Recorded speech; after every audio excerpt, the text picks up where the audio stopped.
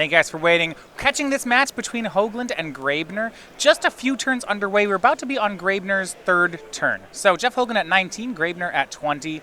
And we'll run it down. We have an Aether Vial on 1 for Samuel. Looks like Athalia's Lieutenant as a 2-2 and a Noble Hierarch as a 1-2. Come back, Jeff Hoogland with Mutavault and Lightning Bolt. Yeah. Sam online with some reasonable setup here. Once again, you see Cavern of Souls and Aether Vial, so those main deck counter spells for our Wizard player will not be paying any dividends. Yeah, it looks like Jeff had to remand Athalia's Lieutenant that was being cast with Cavern of Souls. So he had to cycle it. And look at this hand. So Freebooter shows a hand of Obstructionist, Snapcaster Mage, another Mana Leak, and an Island. The Snapcaster Mage is pretty good. That's good for that Lightning Bolt in the graveyard, though these Mana Leaks are just not good at all.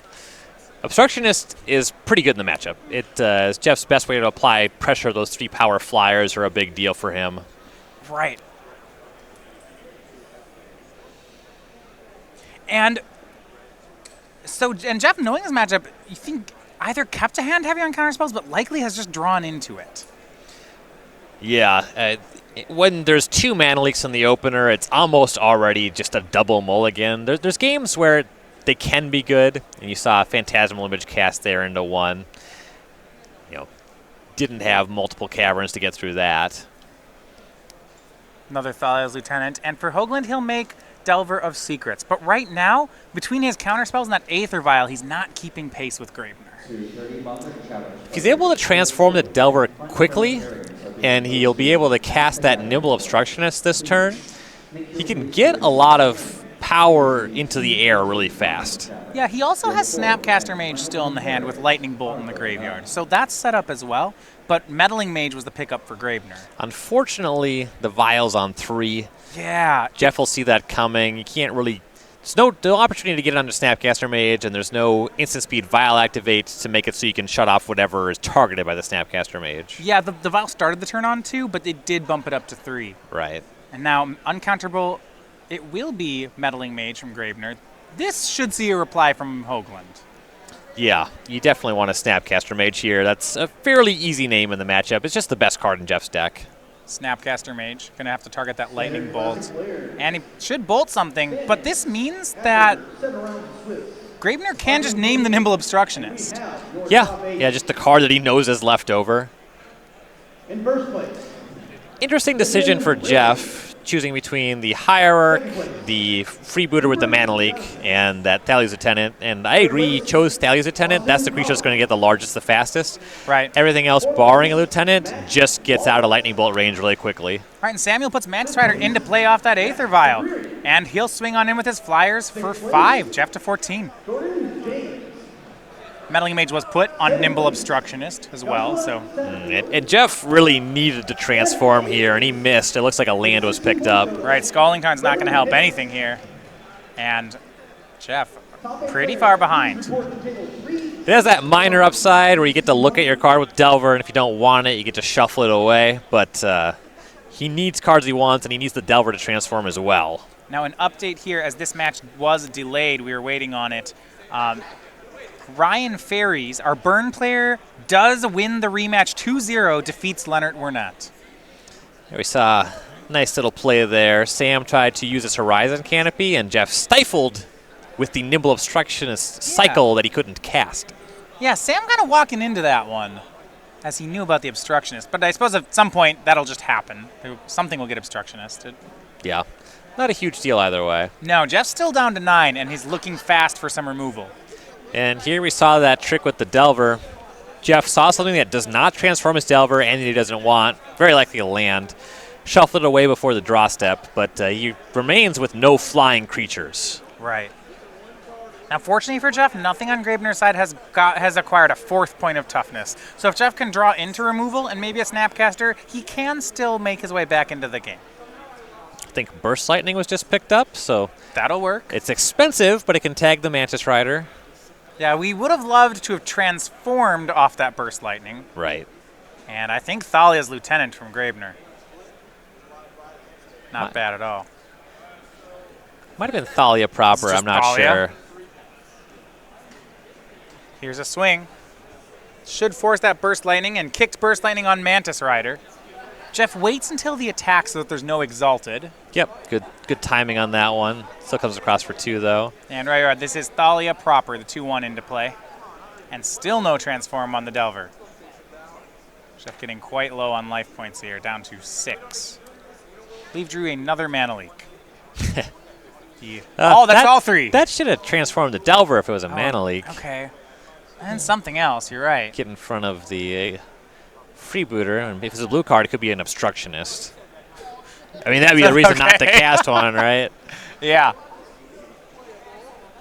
Freebooter attacks, it exalts up to a 3-4. Jeff down to 3, and Graebner passes. I don't know if it was an Obstructionist, stifling that Exalted trigger might have been worthwhile. It's just anything. Yeah, though it could be that Jeff is just really trying to find a removal spell for the Meddling Mage so he can actually just use the Obstructionist as a blocker, but the Freebooter has 4 toughness when it's attacking with Exalted, so that's not even good. Delver of Secrets still does not transform. And now Graebner has a lethal attack in the air. Yeah, just 21 instants and sorceries in the Wizard deck. It is Spell Stutter Sprite. That's the blue card Hoogland picked up, and it's on chump block duty. As it often will be in this matchup. And now we have something that might transform.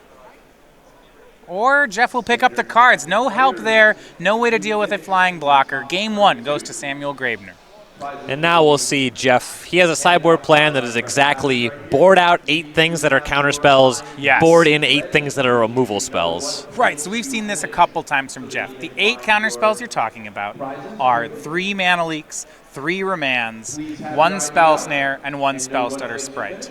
Though Spell Stutter Sprite's a creature, still not going to do much in this match. It's a bad creature. Get it out. So, what did we board in? 2 Magma Sprays, 2 Abrades, 2 Izzet Staticasters, 1 Roast, 1 Entrancing Melody, 8 removal spells. Right. The Melody primarily for Tarmogoyf matchups, but it's just the 8th card you bring in here. Right. Yeah, not great here, but at the same time, probably better than a Spell Stutter Sprite. Right. On Graebner's side, and we've seen this in this matchup before, we had Sin Collectors, Gut Shots, Auriok Champions, Izzet Staticasters, Selfless Spirits, Kataki, Reclamation Stage, Phantasmal Image, and Dismember. I know you like the Gut Shots and Staticasters, as Jeff's deck was X1s. Yep. There were thoughts about some of these other cards, these Champions or Spirits. Right. Sin Collector is fine. We did see him bring in the Selfless Spirit previously. It's just a flying blocker, and Jeff's deck is flush with flying creatures, so it's sort of like another removal spell. It can definitely play in a lot of spots. Auriok Champion, I think, is a little bit mopey, and a big part of that is that Jeff's deck has a high volume of just 3-power flying creatures and blue creatures, so Auriok Champion doesn't matter in a pretty high volume of the games, actually. Yeah, the only actual red creature are the 2 copies of Grim Lavamancer. Right. So, that's not going to do too much. Now, Jeff's, removal can't tag it, but at the same time, the creature will just hang out. Yeah, the Dismember in Sam's sideboard is fine. When it comes specifically to Grim Lavamancer, you want to get that off the table. Yeah. 4 life's a big cost. I get that. Right, that would be my concern. Gut Shot, 2 life feels like enough to get rid of a Grim Lavamancer. 4 is, it might be worth it. It's going to depend on the board. I could see him bringing it in. Yeah, 4's a lot, but drawing exactly 1 copy of the mix of Gut Shot and Dismember is just one of those is usually good. Drawing 2 is not always going to be ideal. Well, Jeff Hoogland's march toward the top 8 started all the way in round number 1 this weekend. He was our feature match in round number 1. Caught up with him in round 9 as he was completing the 9-0 on day 1 and seen him a couple times today. If you have missed any of that during the tournament, make sure to check out our YouTube page. We will have, during the week, a full recap of all of this weekend's events. On top of that, we have our Versus Series, Commander Versus Series, and our newest thing, Flashback, where you learn more about the players on the SCG Tour. You can find all this at our YouTube page at youtube.com/StarCityGames. Yeah, ton of great content. Few other matchups with this Wizards deck if you're intrigued about what Jeff is doing here. And another result from our top 8. You know, the Storm curse here just continues. Caleb Shear, another top 8 with Storm, but he's going to be another one that he walks away without a trophy. Brett Cohen wins 2-0 over Caleb Shear. Pretty unfortunate for Caleb. That was about his best matchup in the top 8, but Tron does have just enough stuff to disrupt him. Players will trade 1-drops here. We see Delver of Secrets and Champion of the Bears. And Jeff with that trigger on the stack, Wizard's Lightning. So you got to remember, Delver of Secrets transforms into a non-wizard creature, and Sactile Aberration is a human insect. Insect is its job, I guess. I don't fully understand it. I'm just reporting the facts. And Jeff is now about 0 for 7 on these Delver triggers. But it may not matter here. Sam missed land number 2 for Noble Hierarch. So Jeff, he'll take advantage. Snapcaster Mage for Wizard's Lightning to shoot down Noble Hierarch again. And even if he had an Aether Vial, this land does not cast it. No plays for Sam. We go back. Magma Spray transforms the Delver. And Sam's just going to pick up straight away to the Magma Spray. Well, there's just 5 points of damage coming through every turn, starting with that turn. Yeah. All of his creatures die to Magma Spray, the ones that cost 2 mana. And we'll go to a 3. Hoagland winning that one in a minute. I'm interested in this matchup. Can you keep a 1-land hand on Sam's side with the amount of removal Hoagland plays? On the draw, I mean, the thing about the 1-land hand is that the rest of your cards are creatures, right? That's how you beat a bunch of removal spells. On the play, they're a bit worse, because you want to make sure you're actually casting spells. On the draw, though, you get a couple looks at that second land, and if you hit it, you're just going to be keeping pace with Jeff's removal spells. Yeah, I guess you're probably right here. Jeff has to run out at some point. Right. The thought would be that I guess Sam could, if he has lands, can start making 2 creatures a turn. But even then, I guess, removal spell, Snapcaster removal, flip another one. That's going to be too strong. Right. If you're worried about getting attritioned out, mulliganing into more lands and a good amount of spells, you're asking kind of a lot of your 6. Yeah. Whereas your 7 is probably pretty good if you start making more land drops. A couple things there may have been able to go on Sam's way with a gut shot. He at least doesn't take too much damage off the Delver. Yeah. But a quick game 3. We'll get ready now with Sam on the play. I guess that's the kind of game where Militia Bugler could really help out Graebner as well. If he just can, build up lands into Cavern on Bugler. Ooh, and the hand here on 7, I see lands and an Is It Staticaster. We have not seen any of Jeff's opponent produce that card yet, and it's a big deal. We've seen that in almost every match with Hoagland, that his opponent has had them in the sideboard. You said, this will be great, and you're right, no one's cast one yet. It is boltable, but it's going to get something. Champion of the Parish is the start for Graebner. Now, Hoagland might also have a Staticaster. His Staticasters are a fair amount worse than Sam's. Yeah. The human creatures often have 2 or even 3 toughness. Lightning Bolt from Jeff to take down the champion. We go back over to Graebner. Horizon Canopy into Thalia's Lieutenant. But if it's just a Horizon Canopy, there may not be the 3rd land for Graebner yet. Yeah, that does make sense. Then even if it were something like a second Horizon Canopy, that doesn't make Staticaster good. 2 Delvers, and Sam's going to gut shot one of them. I actually strongly disagree with this play. If you draw the red source? Yes. He didn't, so there's no harm, no foul there. But gut shot is just a 0-mana effect. Anytime you have a 0-mana effect, all things being equal for your opponent, just wait until your turn. If he drew the red source for the Staticaster, he would just cast that, get both Delvers. I agree. Now, so a bit of a missed line, but it's not, as you mentioned, no punishment. He didn't draw the red source. So what it'll do here, Noble Hierarch, Exalt in for 3 damage. Hit Jeff down to 16. And Delver Secrets will just never transform. He's only playing 21 instants and sorceries. Shouldn't have boarded them all out, really. I guess he boarded up to 22 because he boarded out Spellsetter Sprite. Well, here's Staticaster of Jeff's. No, actually down to 20 because of Staticasters. He shoots away Noble Hierarch and attacks for 1 on his own, thinking this Delver's going to have to transform eventually. And it will, but not in time. It will not. In time. Here's Staticaster of Graebner's. It's a race that for Jeff, you have to feel bad about having lost. That the Staticaster, that this happened. Staticaster shoots down Delver. Lieutenant swings in for 3, Jeff to 12. And now Jeff either needs one of his 2-point removal spells to combine with this Staticaster or a Lightning Bolt.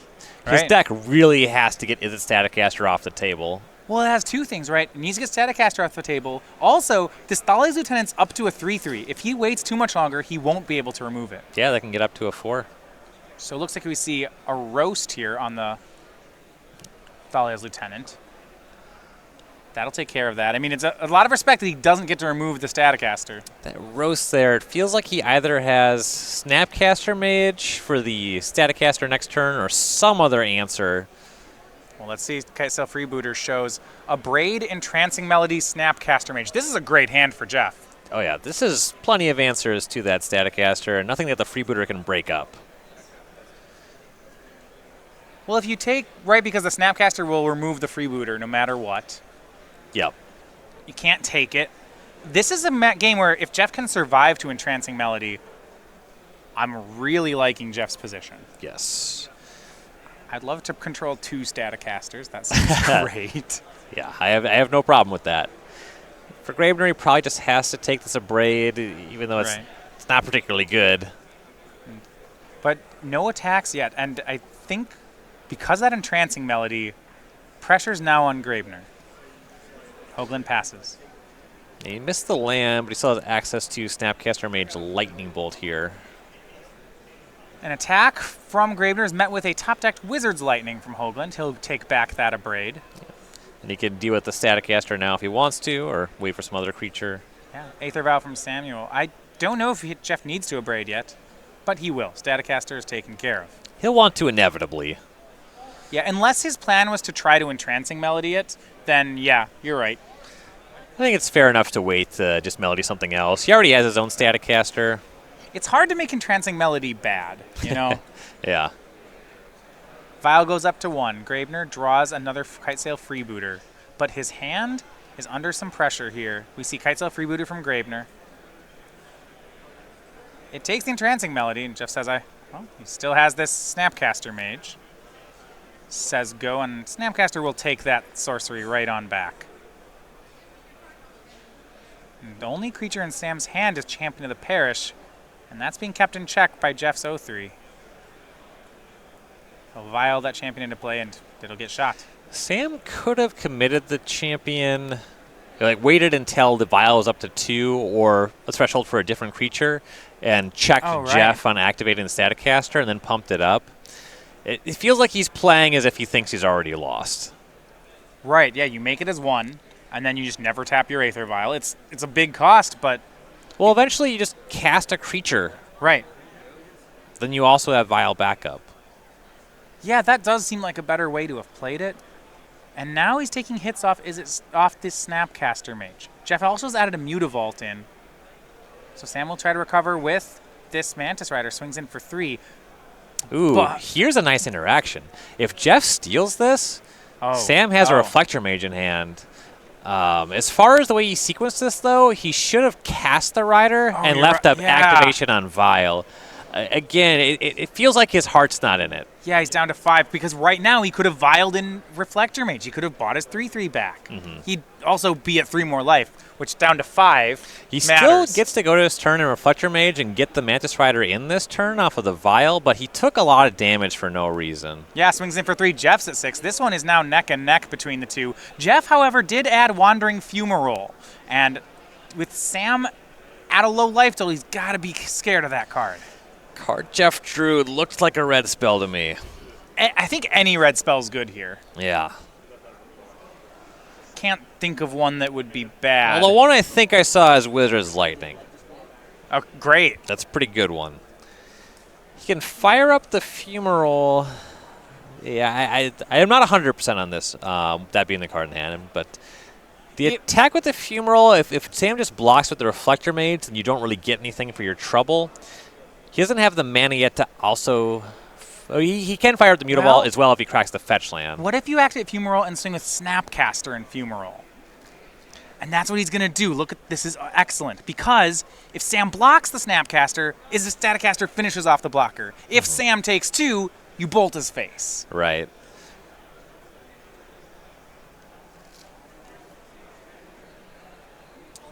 I don't know if you can make a block that leaves you dead to a Lightning Bolt here. He has seemingly elected to do that. Yeah, he's going to go to 3. And Jeff says go. I don't think we have a Wizard's Lightning. This is close. Sam's at 3. Noble Hierarch picked up for Sam. That's not going to have any impact on this game. No, the attacks Jeff down to 3. Noble Hierarch And I believe another creature in Sam's hand. Yeah, Champion of the Parish. He'll make Champion. He'll try for Noble Hierarch. Staticaster shoots down Champion. Graebner says go. Now Jeff can make him chump away that Mantis Rider, right? Wandering Fumarole does that. Yeah, any of his attacks do. You know, his creature, the Fumarole, yeah, you're going to have to block that because it becomes a lethal attacker. And But Jeff doesn't have anything. He doesn't, his hand's all lands. The Fumarole was traded away. No, it's not there. Jeff can't beat the Mantis Rider. Yeah. And